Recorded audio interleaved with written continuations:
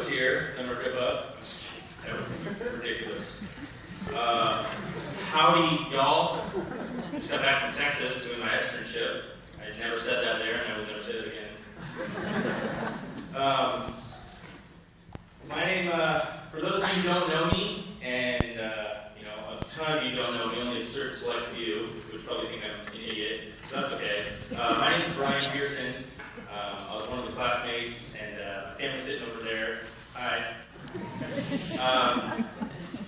My name is Bryan Pearson, and I'm a paramedic.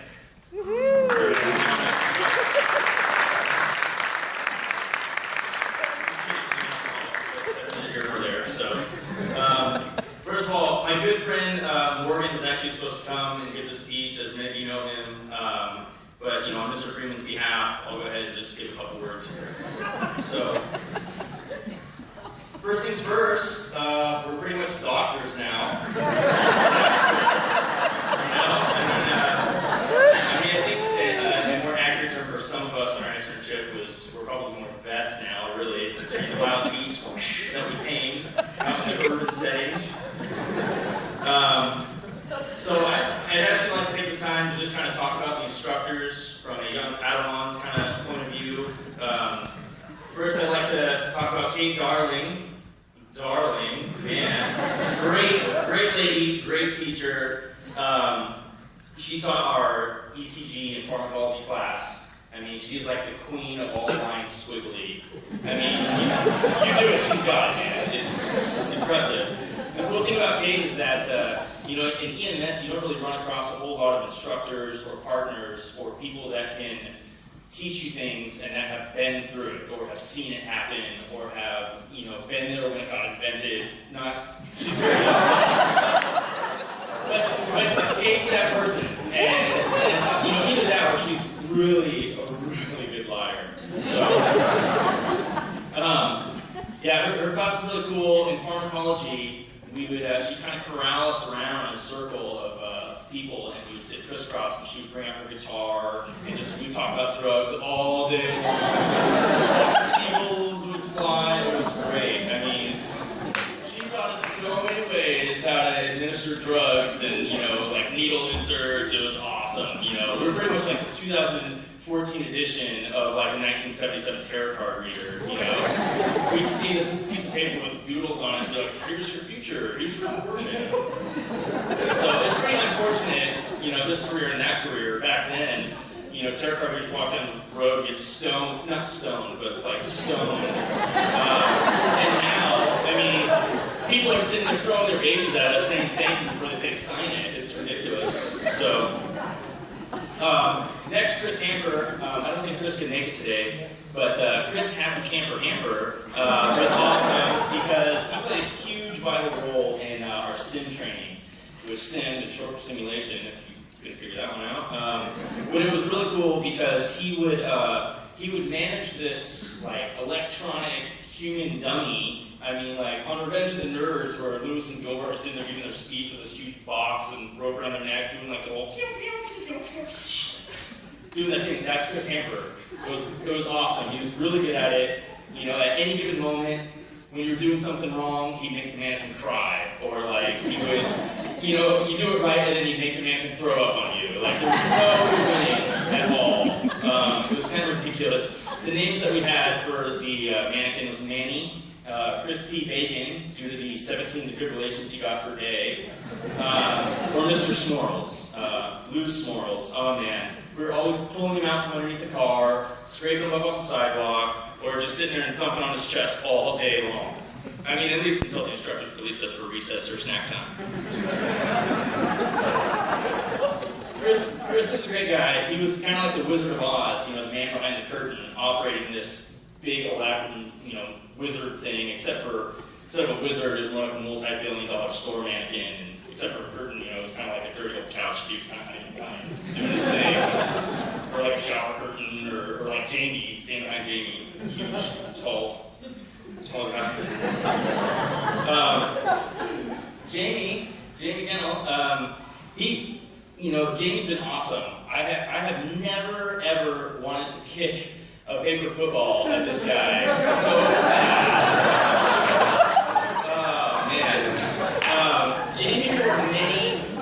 master of the program.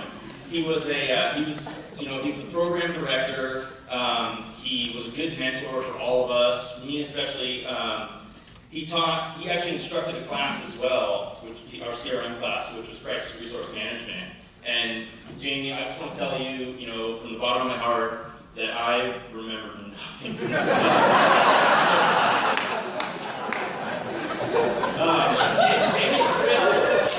Jamie and Chris actually would get together and they would come up with questions and they would come up with all these elaborate ideas and brainstorm ideas that they would put on a test and just, try to figure out how many ways they can help us through school by these tests. They're tough. But I think revenge for me, getting a wrong answer and just climbing down their throat, they failed me. So I'm not supposed to be here. Hugh Gerard. He was a great guy, totally cool guy. You could always see him walking through campus, and he'd always say hi, always come to our classroom, he was always doing other things.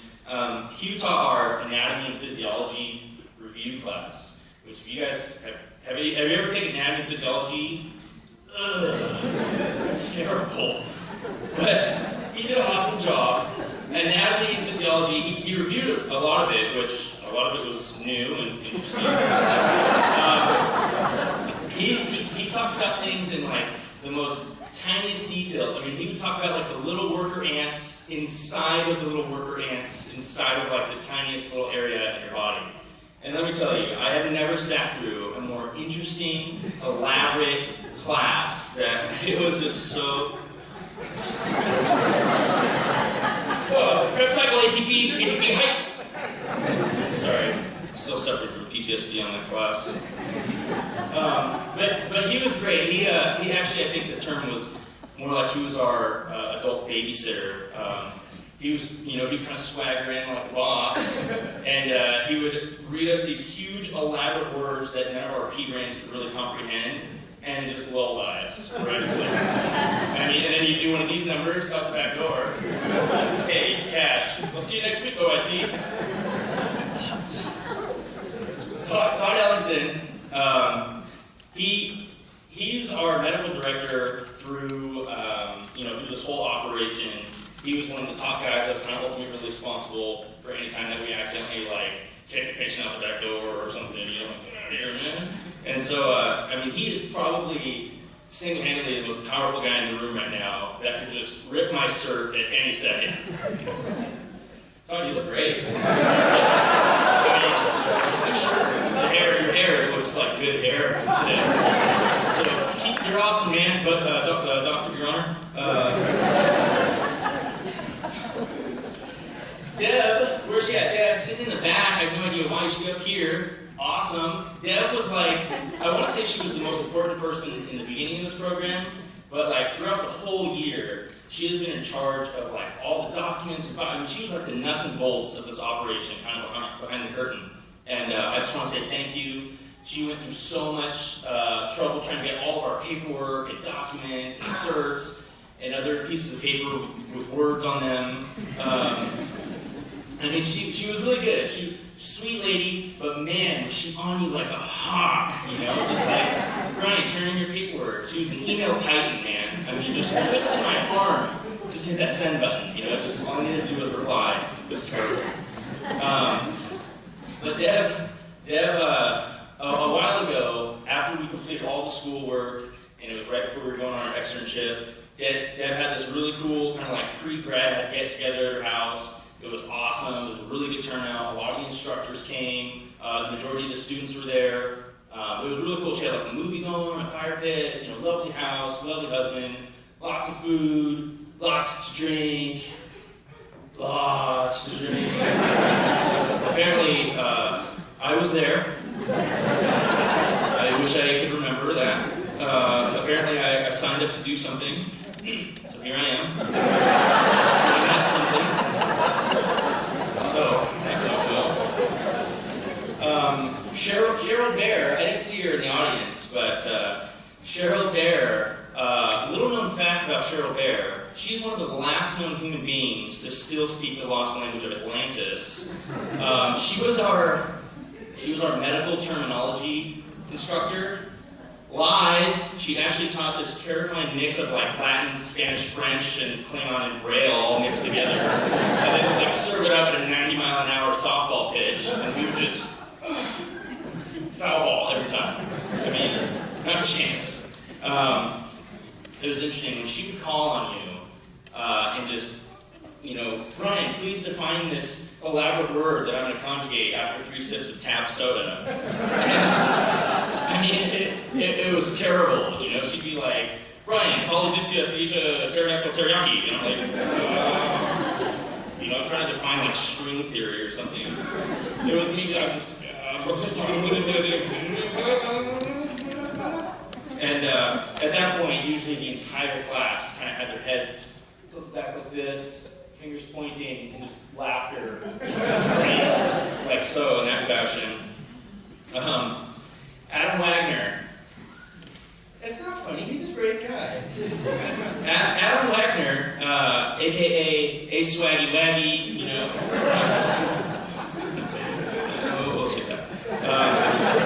It's cool, Adam, like, due to Adam's, so he's our trauma instructor. And so, like, trauma happens everywhere, you know, like car crashes on the side of the mountain, on, you know, on ice, like everywhere. And so, due to his character and his hobbies, you know, he made a really cool class, just this like wilderness dude, but I think it would have been like even better if he was like this old, kind of like roughed up knuckle, like mountain man, kind of like the guy on the cover of The Giver, you know, just like a weird dude, and like rather than teaching us things from the book, he'd just like throw his foot up there, take his shoe off, he has like black foot, and frostbite, no toes, and rather than like teaching us something, he was just trying to look like and just like mutter something manly, like, death be days. Suddenly Adam's a pirate. That's weird. We'll go with that, it's okay. But he's super cool. He has a lot of outdoor medicine, you know, done a lot of wilderness rescue stuff, super cool guy. I mean, if you look at him, he's like a Bear Grylls, just dishing out Band-Aids to everybody. He inspired me to do this horrible thing I have going on here. And last but not least, Suzanne. Suzanne, I don't even know why you're here. You're retired. I would be off on like my Malibu yacht, sipping Mai Tais all day. But you're here, so we thank you so much. Suzanne was in charge of just, oh man, collaborating all of our schedules. She had, I think, one of the hardest jobs. She would take everybody's schedule for every day, every hour, and make our clinicals, tell us where to go, our job sites, all this stuff. And I mean, I can't even fathom how you laid that out. I can barely schedule a dentist appointment, you know? And not for moms. Moms, speaking they call, but in all seriousness, I really, I want to thank, you know, all the family, all the friends, all the loved ones, the wives, the girlfriends, the boyfriends, the husbands, for the, like, 2 classmates. You guys have been awesome. You know, you guys have been very patient with us. We've been through a lot. The schedules have been nuts. You know, graveyard shifts, morning shifts, gone for 24 hours. So you guys are the true heroes, and we really want to thank all of you. It's been an enjoyable ride. We really appreciate it. The staff has been amazing. I want to give another round of applause to the staff and all the family and friends.